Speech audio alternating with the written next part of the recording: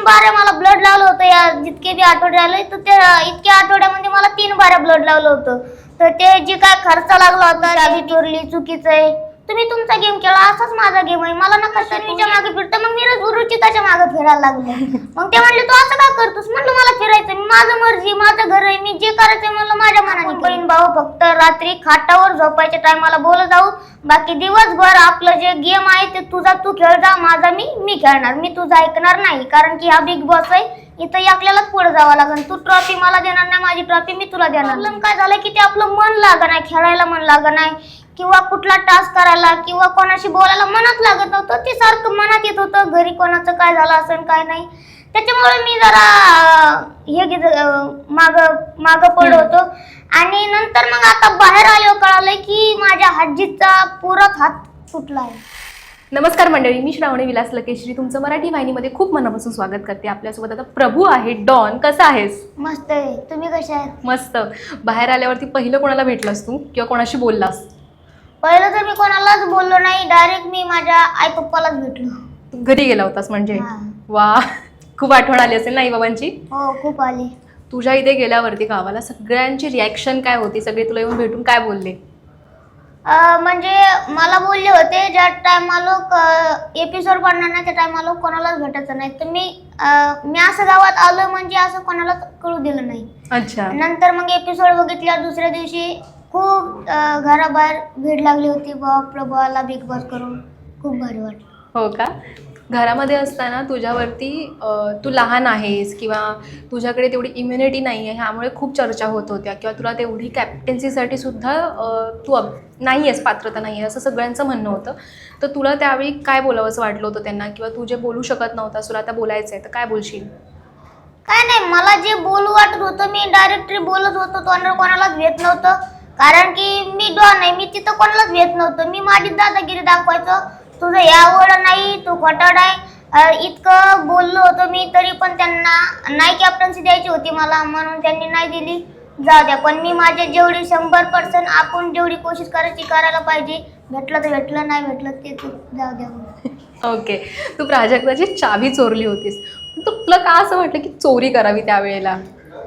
तेच मला असं वाटलं की आपण दरबारीच नॉमिनेट करते, आपल्याला वीक बोलते, तो असा आहे तसा आहे, तुझा गेम प्ले दिसत नाही. तर मग तिचीच चावी चोरून तिलाच गेम प्ले दाखवला, असा गेम आहे माझा म्हणून. अच्छा. पण प्राजक्ताने तुला सुरुवातीला खूप सपोर्ट केला होता किंवा ती म्हणत होती तुला येऊन, ती पर्सनली हे पण म्हणाली होती की तुला लोक म्हणतील की तू तेवढं कॅपेबल नाही आहेस, तुझ्याकडे तेवढी इम्युनिटी नाही आहे खेळण्याची किंवा तू नाही आहेस तेवढा पात्र.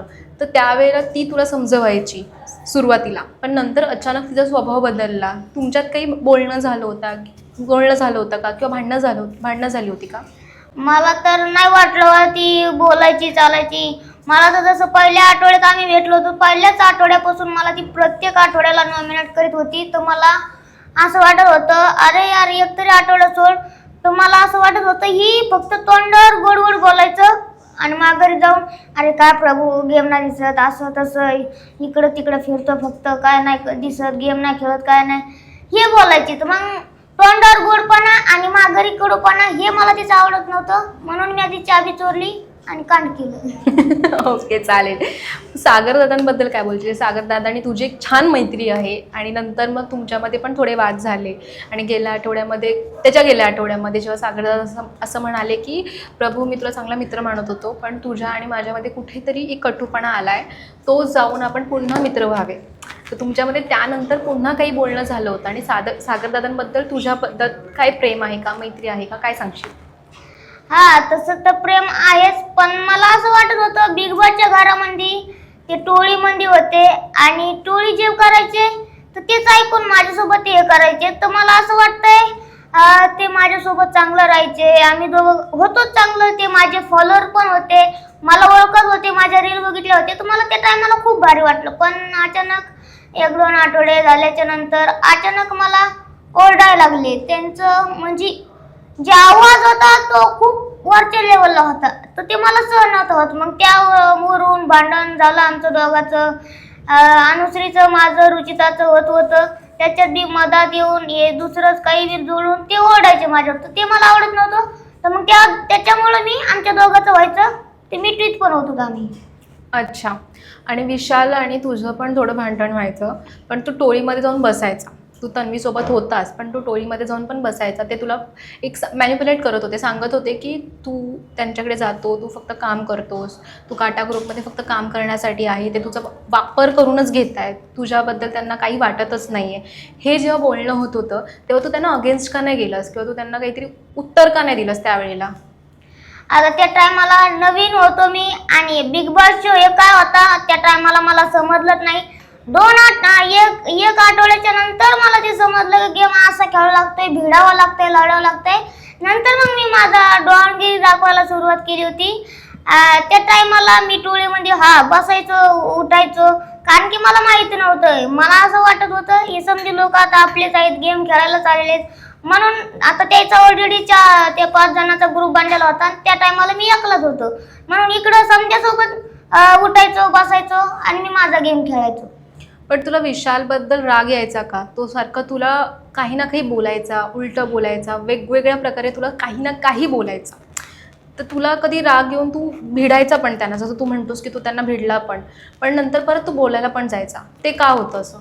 ते मला असं वाटत होतं, म्हणजे मला पहिल्यापासून सवय नाही की माझ्या जे दिमागात आहे ते राग राहत नाही. मी ते राग ठेवीतच नाही. झालं बा भांडण, पण आपल्याला 3 महिने काढायचे. असं एकदम कट्टर भांडण करून कसं चालणार, असं तसं.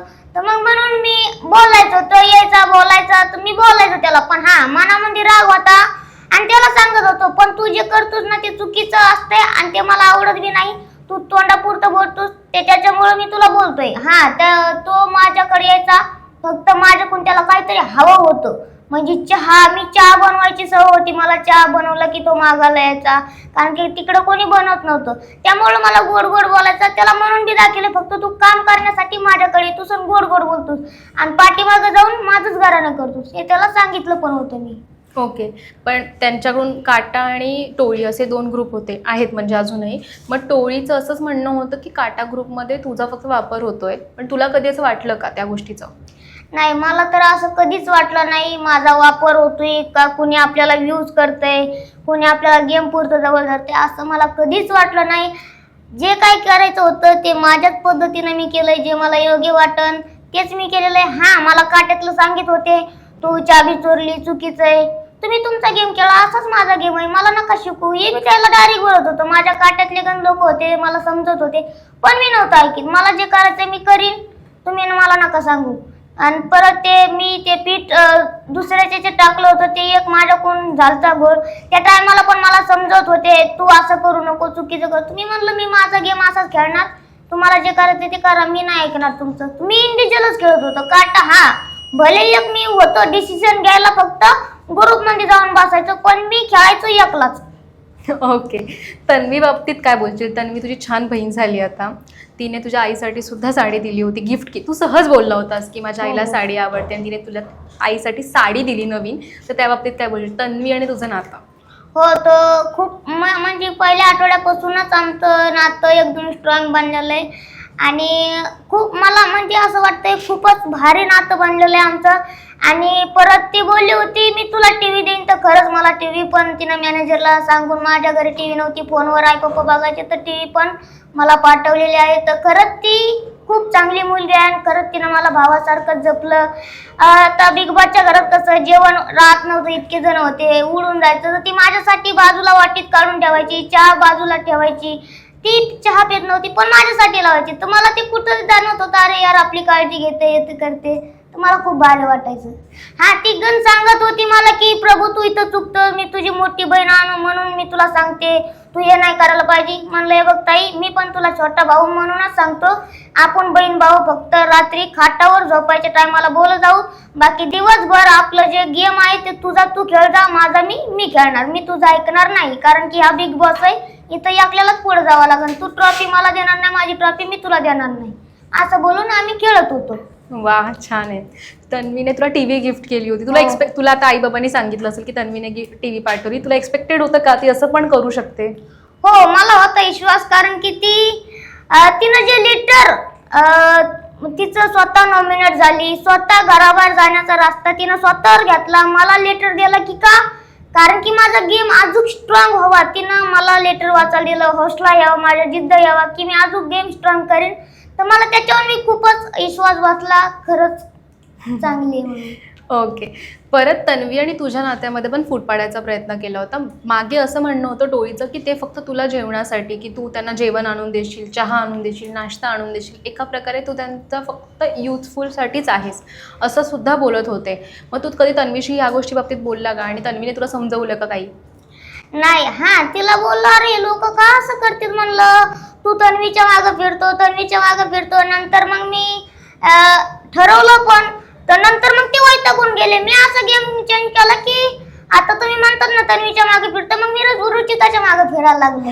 मग ते म्हणले तू असं का करतोस, म्हणलं मला फिरायचं, माझं मर्जी, माझं घर आहे, मी जे करायचं म्हणलं माझ्या मनाने करून. मग रुचिता मागे तिला झोपू द्या ना, बाथरूमला जाऊ द्या ना, आंघोळीला जाऊ द्या ना. मग ते म्हणले इतकं का तू आमच्या मागं नको हिंडू, तुला जे करायचं तू तुपल्या पद्धतीनं खेळ, तू तिच्या मागच वारस. असा माझा गेम होता. म्हणजे मी कोणाचं तिथं ऐकून घेत नव्हतं. हा, आम्ही उठायचो, बसायचो, जेवायचो, कारण की आता घरची सवय असती आई पप्पा सोबत जेवायचं, 2 घास शिल्लक जातात म्हणून आम्ही दोघं सोबत राहायचो, उठायचो, जेवायचो, झोपायचो. हे तर मला चांगलं वाटायचं. फक्त आमचं बहीण भावाचं नातं आहे, गेमच्या बाबतीत नव्हतं. तू तू तुपली प्लेअर, मी माझा प्लेअर. ओके. तू बाहेर आल्यावर तुला असं कधी वाटलं का की माझा गेम कुठेतरी कमी पडला किंवा मी कुठेतरी टास्कमध्ये कमी पडलो, आणि तो कुठला टास्क होता किंवा कुठलं असं एक प्लॅनिंग होतं की कमी पडलं, तुला असं वाटतंय? हा, मला वाटतंय म्हणजे 2 आठवड्या म्हणजे मी डेंजर झोन मध्ये गेलो होतो आणि ते मी कधीच गेलो नव्हतो. प्रत्येकात 11 आठवडे टिकलो, त्याच्यातून फक्त 2 आठवडे एक चाबी चोरल्यामुळं एक सेफ झालो आणि तन्वीनं लेटर मला दिलं त्याच्यामुळे एक सेफ झालो. आता प्रत्येक आठवडा मी नॉमिनेटच होत आलोय आणि त्याच्यातून वाजत आलोय. तर मला असं वाटतं आता या मागच्या 2 आठवड्यात माझा गेम कुठेतरी डाऊन झाला आणि मला असं होत होतं की जाणवत होतं घरी काहीतरी मोठा प्रॉब्लेम झालाय आणि ते आपल्याला कोणी तिथं सांगाय नाही. बिग बॉस पण सांगणार, कोणीच आपल्याला काही कळू द्या नाही. म्हणजे असा प्रॉब्लेम काय झाला की ते आपलं मन लागत नाही, खेळायला मन लागत नाही किंवा कुठला टास्क करायला किंवा कोणाशी बोलायला मनात लागत नव्हतं. ते सारखं मनात येत होतं घरी कोणाचं काय झालं असेल काय नाही. त्याच्यामुळे मी जरा माग पडलो होतो. आणि नंतर मग आता बाहेर आल्यावर कळालंय की माझ्या हड्डीचा पुरा हात फुटलाय. अरे बापरे. मोडलाय, समजा हड्ड्या फुटल्या. ओके. तर मग मला वाटलं माझं म्हणजे जे मला हे होतं, मी बोलायचो की मी ट्रॉफी नेणार, मी ट्रॉफी जिंकणार, पण जरा माझ्या स्वतःच्या कारणामुळं गेम ना जिंकला म्हणून वोटिंग कमी आली आणि माझं. तुला ते वाटतच होतं हो की घरी काहीतरी झालंय आणि तुला असं झालं का की मला घरी जायचंय आता? इच्छा झालेली तुझी घरी नाही, यायची? इच्छा तर नव्हती झाली, पण मला एवढंच पाहिजे होतं की मला घरून काहीतरी एखादा संदेश यावा. अच्छा. ओके, चालेल. पण तुला आता जर सांगितलं की घरामध्ये कोणाबाबतीत काहीतरी खटकायचं आणि तुला बोलताच आलं नाहीये, तर ते कोणाचं काही खटकायचं आणि आता तुला बोलायला चान्स दिला तर कोणाबद्दल बोलशील? नाही, माझं तर तसं समजासोबतच खटकायचं आणि समजासोबतच चांगलं राहायचं. जास्त तर खटकायचं आमचं रुचिता एक होती, प्राजक्ता एक होती, सागरदादा एक होता, विशाल एक होते. त्यांचं ना आमचं अजिबातच जमत नव्हतं. अच्छा. हा, तुला विशाल फक्त गेमसाठीच आहे हे जाणवलं? तू आत एक आणि बाहेर एक आहे असं? हो, मला जाणवतंय ते. हो ना. मग त्यांनी फक्त मुलींना पुढे ढकलून आपला गेम खेळायचा प्लॅन केला होता. मुलं असो मुली असो, तो फक्त स्वतःला राजा समजतोय. दोन्हीकडून मुली असं घेऊन बसणं आणि ते त्याचा ॲटिट्यूड, त्याचा गेम बद्दल सांगणं, तर ते मला विचित्र वाटत. अरे हे स्वतःला लयच मोठा समजतोय. म्हणजे आपला गेम म्हणजे दुसऱ्याचा यूज करून घ्यायचा, समजाच्या खांद्यावर पाय टाकायचे ना आपण पुढे टाकायचं, त्याचं मत ऐकून घ्यायचे. ते लढ म्हणलं की लढायचं, तू शांत बस म्हणलं की शांत बसायचं. मला हे टोळी ग्रुपचं आवडत नव्हतं. अरे तुम्ही स्वतःच बोलून त्याचं काय ऐकता? तो तर हाय, त्याने हिंदी बिग बॉस केलेला आहे पहिला, तो शिकून आलेला समजा. आपण तर आपल्याला फर्स्ट मौका भेटलेला आहे. तसं मला ते आवडत नव्हतं. मी सांगत बी होतो बऱ्याच जणांना, ते मला बोलायचे तू कोण सांगणार, तू तुझा खेळ ना, आम्हाला ऐकायचं आम्ही ऐकू. असं तर ते मला कुठंतरी मला असं वाटतं ते दुसऱ्याचा यूज करूनच पुढे जातोय. काटा ग्रुपमध्ये राकेश बापट सुद्धा आहे, तर राकेश बापट सुद्धा तुझ्यासोबत होते, ते तुला समजवायचे, पण नंतर तू त्यांच्यासोबत जास्त कनेक्शन करायचा प्रयत्न नव्हता केला. त्याचं कारण काय होतं? त्याचं कारण हेच नव्हतं, कारण की मला असं वाटत होतं जितकं मी नातं तन्वी सोबत बनवलेलं आहे आणि जितकं आपलं हे तन्वी आपल्या कामीसाठी येणार आहे, बाहेर पण आणि इथं पण आपलं नातं स्ट्रॉंग राहणार. त्यामुळं मी दुसऱ्यावर म्हणजे नातं बनवायचं दुसरं कोणीच नव्हतं, फक्त मला एकच नातं बनवायचं होतं आणि मी बनवलं होतं. हा, माझा ग्रुप होता जो चांगला होता, मी पण त्यांच्यासाठी चांगलं होतो, कारण की एक लहान होतो आणि त्यांना ते माझा लाड करायचे, पण मी नव्हतं ऐकत यायचं. हा, त्यांना बोलायचं राकेश दादा, दीपाली ताई, हे माझ्यासोबत चांगले राहायचे, मला खूप आवडायचं. पण जे माझं मजबूत जे होतं, माझी ताकद ती तन्वी होती. ओके, चालेल. परत गेममध्ये जेव्हा तू टास्कमध्ये तुला ना मागे ठेवायचे, तुला एक लास्ट चान्सच द्यायचे की तू जा आता खेळायला, पण तन्वी अशी एक व्यक्ती होती की तुला सारखं पुढे ढकलायची की तू माझ्या बाजूने खेळ, तू माझ्या बाजूने खेळ. मग तू तिला जिंकू पण दिलंस, तुझ्यामुळे ती कॅप्टन झाली हे तिने सुद्धा मान्य केलंय. तर त्या टास्कबद्दल काय बोलू, जेव्हा तुला एक चान्स मिळाला आणि तू स्वतःला प्रूव्ह केलंस? लोकांना असंच व्हायचं, म्हणजे जिथं जे सदस्य होते त्यांना हेच जाणवायचं, अरे प्रभू तर इतका लहान आहे ना, शक्ती नाही त्याला, कमजोरी ना, टास्क खेळता येणार त्याला, आपण त्याला निवडायचंय, उलट आपण हारतो. त्यांना ही भीती राहायची. पण ज्या टायमाला मी बोलायचं मला एक तरी मौका द्या, कुठलाही टास्क मध्ये मला एकदा तरी निवडा, मी करून दाखवीन. हारल्यावर मग बोला ना, तर मग ते देत नव्हते. मग तन्वीला मी बोललं, तन्वी ताई जेव्हा पण तुझ्याकडे एक चान्स येईल निवड सदस्य निवडायची, तर तू मला एकदा निवड. मग तिनं मला निवड होतं आणि मी माझी कमाल करून दाखवली. समजायच्या आधी मी चाब्या शोधून काढल्या आणि कॅप्टन बनलो. वा, तुला जर कॅप्टन बनवलं असतं किंवा एक चान्स मिळाला असता तर तू काय काय केलं असतं आणि कोणाला जास्त त्रास दिला असतास? मी म्हणजे कॅप्टन जर बनला असतो तर माझं खूप सारं स्वप्न होतं, आपण असं सजा देणार, आपण हे करणार ते करणार, पण ते स्वप्नच राहिलं, कॅप्टन नाही बनू शकलो. नाही तर माझं म्हणणं होतं अख्ख्या घराला सतवणार आणि झोप जर कोंबडा वाजलं की त्याला तोंड धुवायला लावायचं आणि मुलीला पण तोंड धुवायला लावायचं, कारण की जे इतका 2-2 घंटे मेकअप करीत असतात ते पाण्यात गेलं तोंड धुवून. तुला एक आजार आहे आणि त्याच्या बाबतीत सुद्धा तू ऑलरेडी सांगितलं होतं सगळ्यांना, तरी पण एकदा विशालने पुन्हा तुला विचारलं आणि मला असं वाटतं की प्रेक्षकांना सुद्धा ते दिसण्यात आलं होतं की त्यांना डाऊट होता की तू एवढा आजारी आहेस, स्टील तू बिग बॉसमध्ये आलास आणि गेम खेळतोयस, आणि त्या बाबतीत सुद्धा तुमच्यामध्ये चर्चा झाली होती. तर तू त्यांना ते थोडंसं खटकत होतं, तर तू त्या बाबतीत काय बोलशील?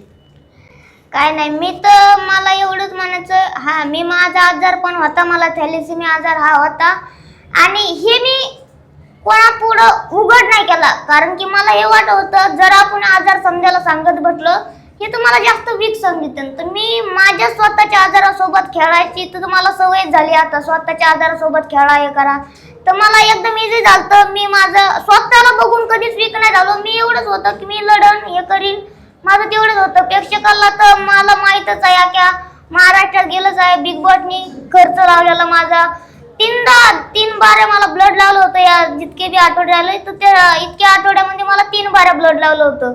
तर ते जे काय खर्च लागला होता ते बिग बॉसच्या टीमनं बिग बॉसने दिलेला आहे आणि खूप माझी काळजी घेतली, खूप रिअल होतं ते आणि मला ब्लड लावलं गेलेलं आहे तिथे.